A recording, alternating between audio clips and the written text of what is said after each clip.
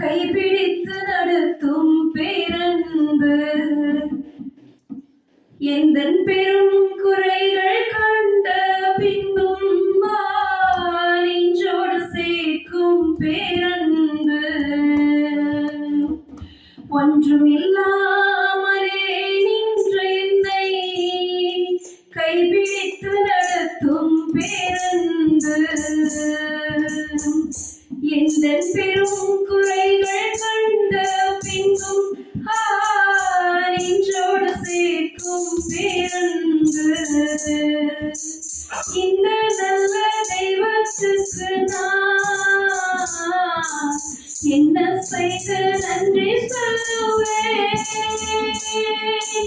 எந்த நட்பு ஜீவியத்தை நான் உந்தன் முன்னே சமர்ப்பிக்கலாம் இந்த நல்ல தெய்வத்துக்கு நான் என்ன செய்து நன்றி சொல்லுவேன் எந்த நட்பு ஜீவியத்தை நான் உந்தன் முன்னே சமர்ப்பிக்கலாம். எந்த சூழ்நிலையில் இருந்தாலும் கர்த்தர் நம்மோடு இருக்கிறார்.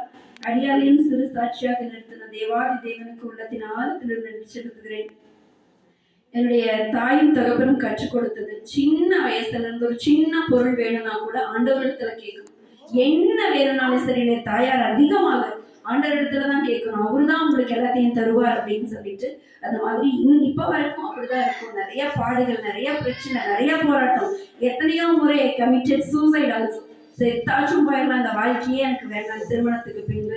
ஆனா கர்த்தர் அந்த நாள்ல ஜீவனோட கூட வைத்திருக்கிறார். கடந்த ஒரு 3-4 வருஷமா அந்த ராஜனன் கூட நம்ம வீட்டுல வந்து ஜெபம் பண்ணி இருக்காங்க.